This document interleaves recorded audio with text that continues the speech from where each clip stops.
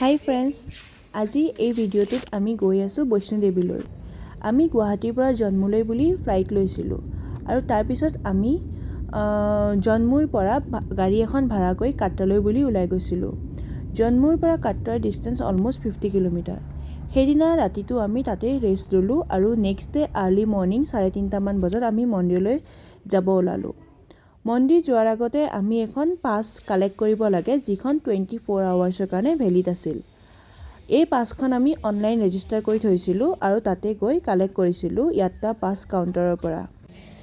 এতিয়া আমি তাৰ পৰা অটো ভাড়া কৰি বাংগংগা চেক পইণ্টলৈ বুলি আহিলোঁ আৰু বাংগংগা চেক পইণ্ট পোৱাৰ আগতে তাতে আমি মা বৈষ্ণোদেৱীলৈ বুলি প্ৰসাদ স্বৰূপে চূৰ্ণি, নাৰিকল এইবোৰ কিনি লৈছিলোঁ।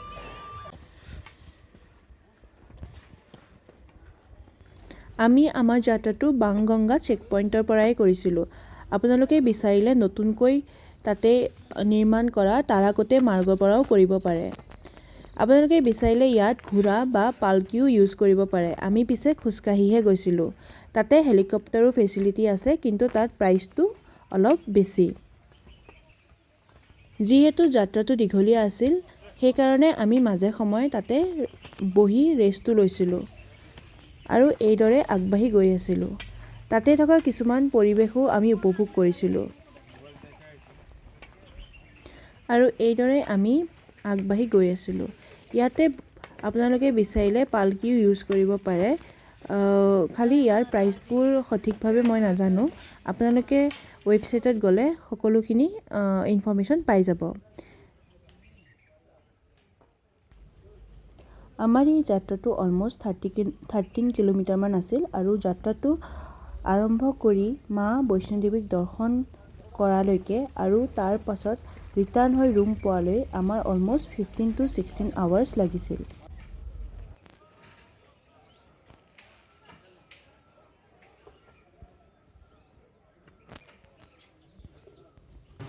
আৰু এইদৰে আমি ৰাতিপুৱাৰ 11 মান বজাত মেইন টেম্পল এৰিয়া পাইছিলোঁগৈ। তাতেই থকা ভৱন এটাত আমি ফ্ৰেছ আপ হৈ লৈছিলোঁ। তাৰপিছত পুনৰ দৰ্শন কৰিবলৈ আমি লাইন ল'লোঁ। মা দেৱী দৰ্শন কৰালৈ দিনৰ প্ৰায় 1 মানেই বাজিল।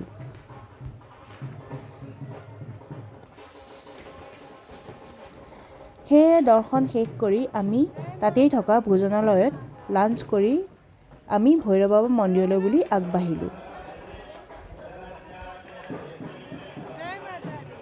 ভৈৰৱ বাবা মন্দিৰ বৈষ্ণোদেৱী মন্দিৰৰ পৰা 2 কিলোমিটাৰ ওপৰত। সেয়েহে আমি অনলাইনত কেবল কাৰ টিকেট বুক কৰি থৈছিলোঁ। বিশ্বাস অনুসৰি বৈষ্ণোদেৱীৰ দৰ্শন আধৰুৱা হয় যদিহে আপোনালোকে ভৈৰৱ বাবাক দৰ্শন নকৰে। সেয়েহে আমি ভৈৰৱ বাবা মন্দিৰো দৰ্শন কৰিলোঁ আৰু তাৰ পৰিৱেশটোও আমি উপভোগ কৰিলোঁ।